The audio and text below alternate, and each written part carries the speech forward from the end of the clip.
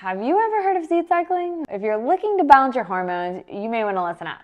Seed cycling is an ancestral practice and a way of eating and using seeds in our daily diet to help balance out our hormones at different stages of our cycle, our menstrual cycle, as well as if you're a guy, a way to balance out your testosterone and make it healthier and stronger against, say, like the upregulation of estrogens we're exposed to in our environment as well. Seed cycling can be used at any stage in your life, even if you're postmenopausal or again, if you're a male too.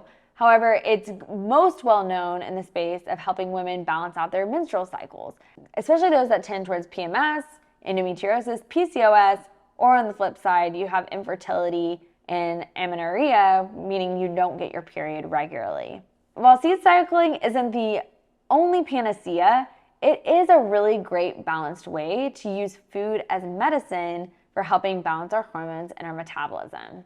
So to better understand seed cycling, it's important to first understand your cycle and how it works on that 28-day cycle, generally speaking. Some women, it's a little bit longer, maybe 36 days. Some women, it's a little bit lessened. But the first phase of your cycle, the first 14 days, is known as the follicular phase.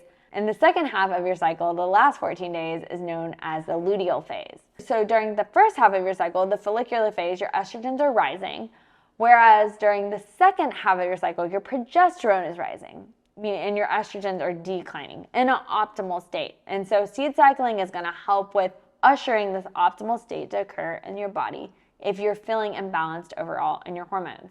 An imbalance in estrogen and progesterone at any phase in your cycle can lead to PMS symptoms like cramping or bloating.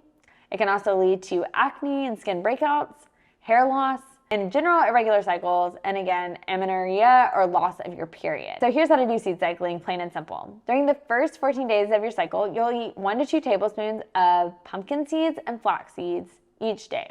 And this can be in the form of actual seeds, or it could be like, say, in crackers, like flaxseed crackers are actually quite popular at stores nowadays. You can find those.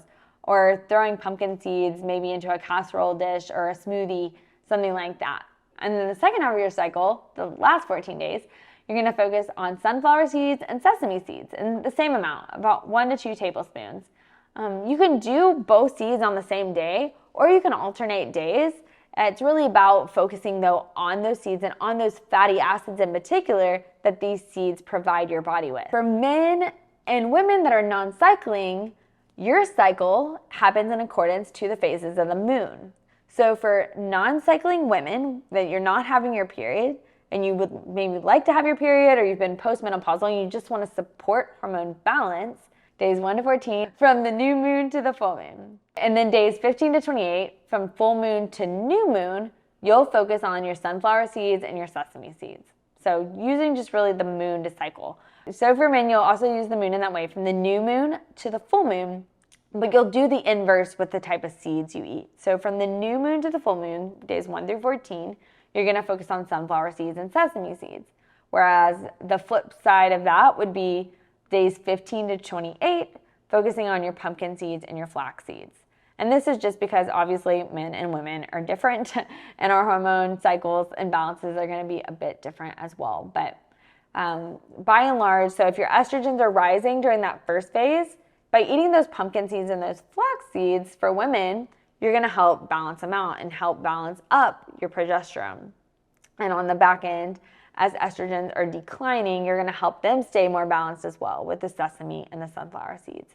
So that's kind of how these seeds are meant to work with your hormones, and really just either using your cycle or the moon for seed cycling is a simple gauge and way to do this. Use your handout for a cheat sheet, and I can't wait to hear how your seed cycling experiment goes. Let food be thy medicine.